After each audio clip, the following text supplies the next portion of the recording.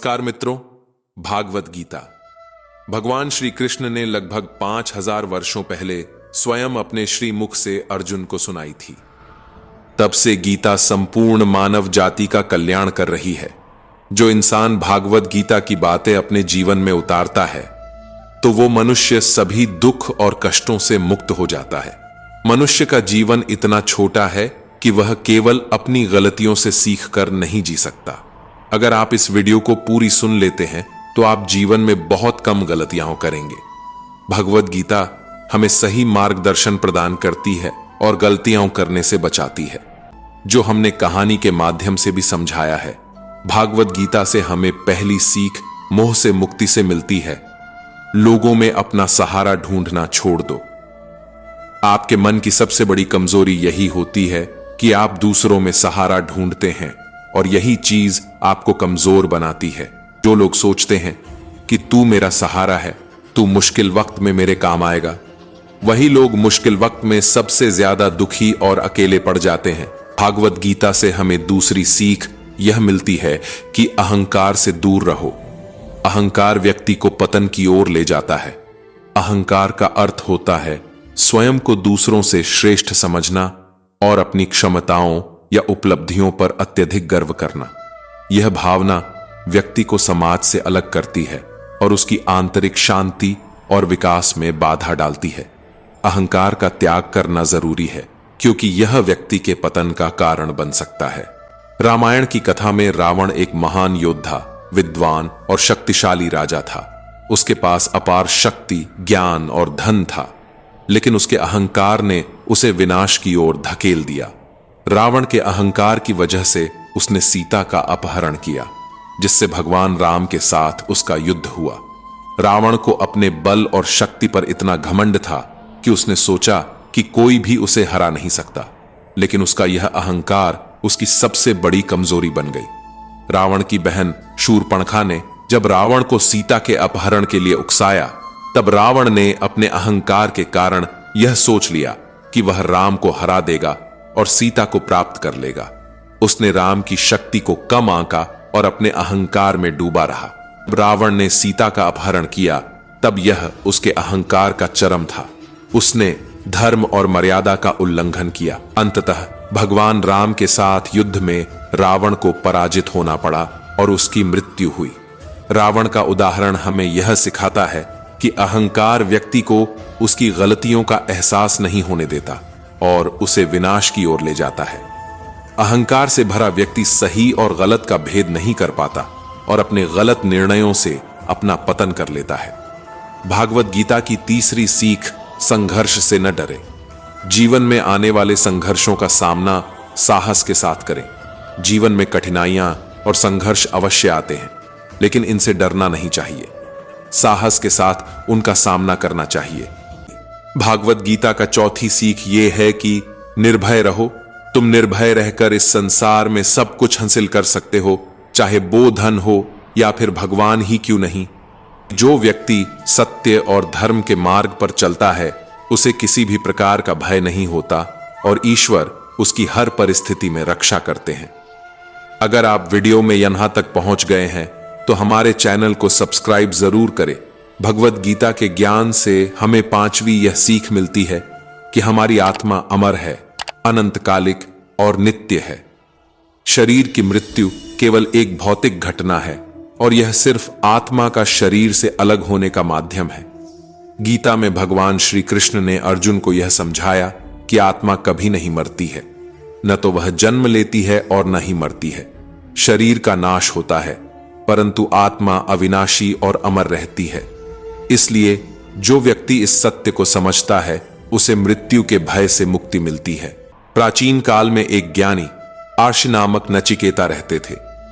एक दिन उनके पिता ने क्रोध में भरकर उन्हें यमराज के लोक भेज दिया। नचिकेता वहां पहुंचकर 3 दिन तक इंतजार किया, क्योंकि यमराज अनुपस्थित थे। जब यमराज वापस आए तो वे नचिकेता की धैर्य और निष्ठा से प्रभावित हुए। उन्होंने नचिकेता को संतोष देने के लिए 3 वरदान मांगने का अवसर दिया। नचिकेता ने पहले वरदान में अपने पिता के मन की शांति की प्रार्थना की। दूसरे वरदान में उन्होंने धार्मिक अग्नि यज्ञ का ज्ञान मांगा।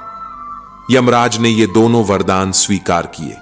तीसरे और अंतिम वरदान में नचिकेता ने मृत्यु के बाद के जीवन के रहस्य को समझने की मांग की।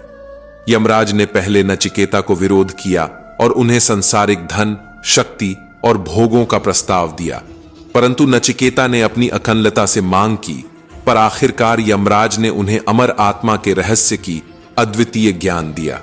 इस कथा से हमें यह सीख मिलती है कि आत्मा अमर है, शरीर की मृत्यु केवल एक भौतिक घटना है।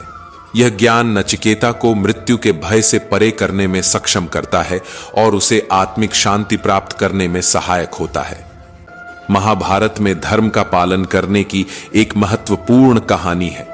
यह कहानी कर्ण की है, जो कुंती और सूर्यदेव का पुत्र था, लेकिन उसे जन्म के तुरंत बाद त्याग दिया गया था। उसे एक सूत परिवार ने पाला। कर्ण ने जीवन भर अपने कर्तव्यों का पालन किया, चाहे वे कितने ही कठिन क्यों न हो। कर्ण एक महान योद्धा था और उसने गुरु परशुराम से शिक्षा प्राप्त की थी। लेकिन जब परशुराम को यह पता चला कि कर्ण क्षत्रिय है और उसने झूठ बोलकर शिक्षा प्राप्त की, तो उन्होंने कर्ण को शाप दिया कि वह अपने जीवन के सबसे महत्वपूर्ण समय में अपने कौशल को भूल जाएगा। इसके बावजूद कर्ण ने अपने कर्तव्यों का पालन किया और हमेशा अपने मित्र दुर्योधन के प्रति वफादार रहा। कर्ण की एक और प्रमुख विशेषता थी कि वह बहुत दानवीर था। एक दिन जब वह सूर्य देव को अर्घ्य दे रहा था, तब इंद्रदेव एक ब्राह्मण के वेश में उसके पास आए और उससे उसकी कवच और कुंडल मांग ली।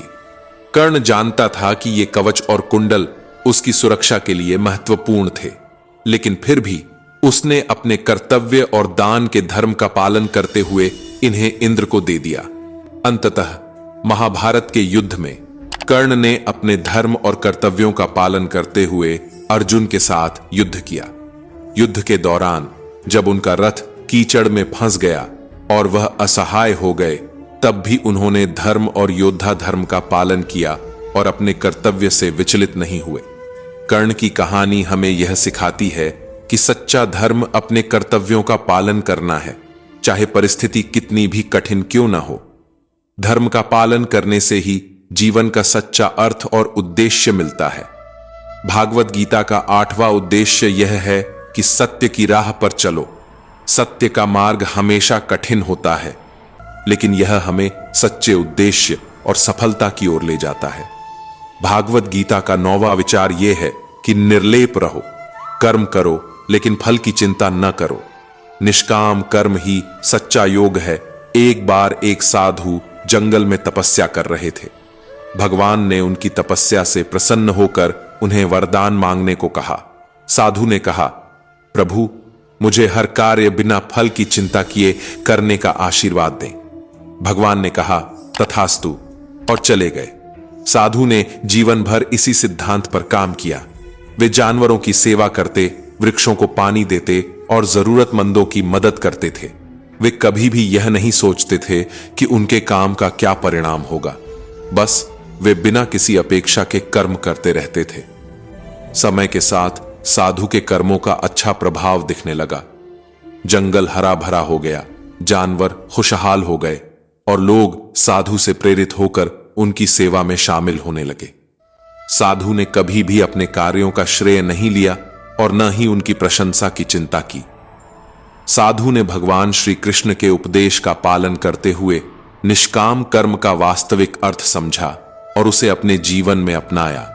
उनके इस जीवन जीने के तरीके ने लोगों को सिखाया कि सच्चा योग वही है जो फल की चिंता किए बिना पूरी निष्ठा के साथ कर्म करता है। भागवत गीता की 10वीं सीख यह है, आत्मनियंत्रण। आत्मनियंत्रण और इंद्रियों पर विजय पाना महत्वपूर्ण है। एक समय की बात है, एक महान संत थे जिनका नाम महर्षि विश्वामित्र था। वे अपने कठोर तप और साधना के लिए प्रसिद्ध थे। उनकी तपस्या इतनी प्रबल थी कि इंद्रदेव को उनसे भय होने लगा। इंद्रदेव ने उनकी तपस्या भंग करने के लिए अप्सरा मेनका को भेजा।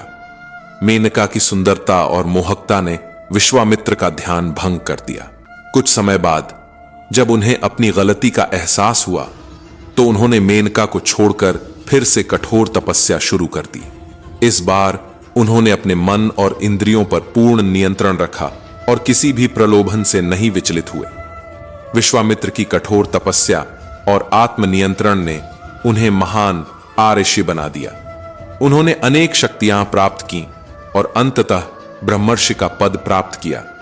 उनकी इस कहानी से हमें यह सीखने को मिलता है कि आत्मनियंत्रण और इंद्रियों पर विजय पाना कितना महत्वपूर्ण है।